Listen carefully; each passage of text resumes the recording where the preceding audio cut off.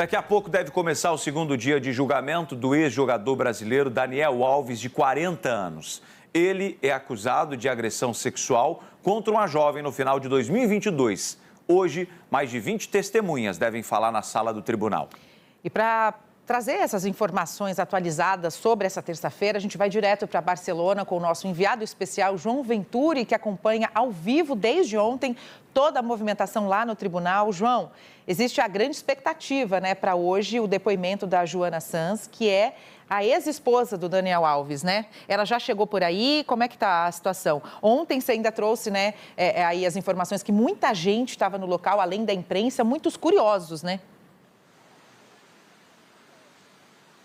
Tudo bem, Dani? Um abraço para você, para o Mineirinho, para quem está com a gente aqui no Primeiro Impacto. Pois é, hoje, segundo dia de julgamento do caso do Daniel Alves. Faltam alguns minutinhos para a audiência começar. Está marcado para iniciar às 11 horas da manhã, horário de Brasília, 3 horas da tarde, hora local. E hoje deve ser o dia mais longo dos 3 dias de julgamento, porque mais de 20 testemunhas devem comparecer aqui perante o júri para depor. E como você falou muito bem, Dani, a Joana Sanz, esposa do Daniel Alves, é a pessoa mais aguardada aqui pela imprensa para a gente ouvir o depoimento dela, saber o que ela tem a dizer.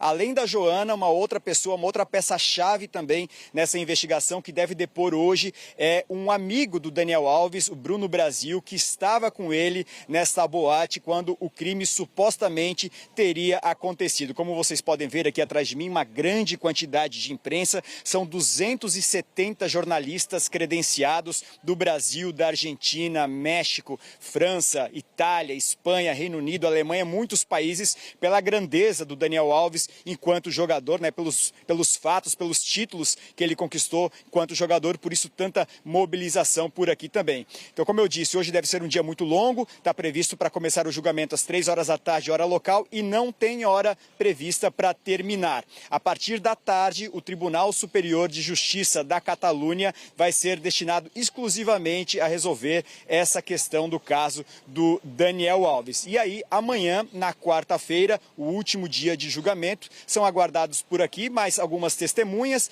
peritos e também o próprio Daniel Alves, que a gente lembra que ontem, quando começou o julgamento dele, a advogada do Daniel Alves, a advogada de defesa, pediu que ele fizesse seu depoimento apenas na quarta-feira, a última pessoa a depor depois que todo mundo já tivesse falado com o júri, e isso foi acatado pela magistrada. Aqui, mais de 20 pessoas, como eu falei, a Joana, o Bruno são aguardados, mas também muitos policiais, mais de 10 policiais devem comparecer por aqui, o diretor da boate onde esse crime supostamente teria acontecido, seguranças da casa noturna também, então por isso muita concentração aqui do lado de fora. Eu estou de olho para ver se a Joana vai entrar por essa entrada principal aqui do Tribunal Superior de Justiça da Catalunha, mas eu confesso que até agora eu não vi. O Daniel Alves, por exemplo, ele não está entrando por essa porta principal.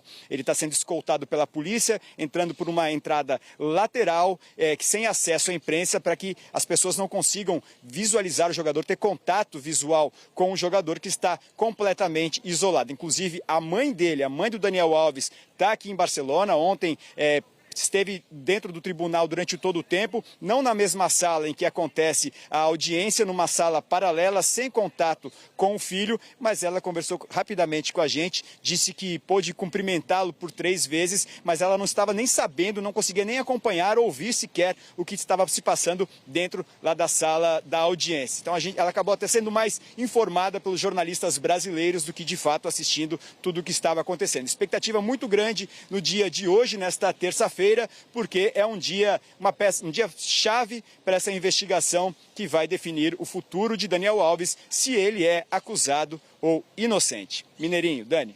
Pois é, João, você sabe que essa expectativa, inclusive, da Joana Sanz, para quem está acompanhando esse caso do Daniel Alves e também não está entendendo nada, porque assim que veio à tona, né, toda essa denúncia contra o Daniel Alves, a Joana ela acabou se manifestando através de uma carta que ela escreveu para ele, terminando o relacionamento. Ela disse que não sabia, enfim. Aí o Daniel Alves mudou de versão algumas vezes, se não me engano, foram 4 ou 5 vezes que ele mudou de versão, e a última versão, que inclusive foi pedida pedida pela defesa para que ele fosse ouvido antes desse tribunal, que já está acontecendo desde ontem, foi de que ele estaria embriagado no dia em que tudo aconteceu e que a Joana Sanz, companheira dele, poderia atestar que ele teria chegado em casa naquele dia da suposta agressão sexual alterado. Por isso que existe essa expectativa para o depoimento dela, para que ela confirme essa versão, essa última versão dada por ele, ô João. Você recebeu essa informação aí também?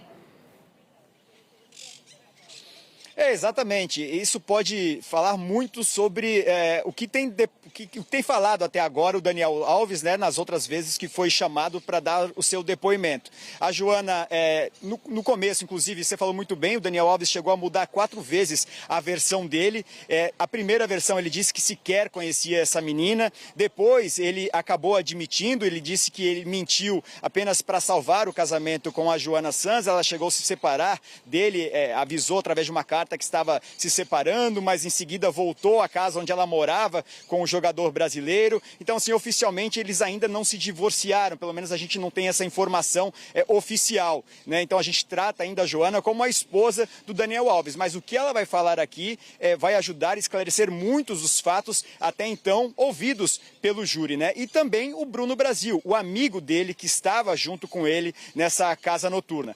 Outras pessoas, amigos do Daniel Alves, também devem depor. Hoje deve ser ouvido até mais o lado do Daniel Alves do que o lado da suposta vítima.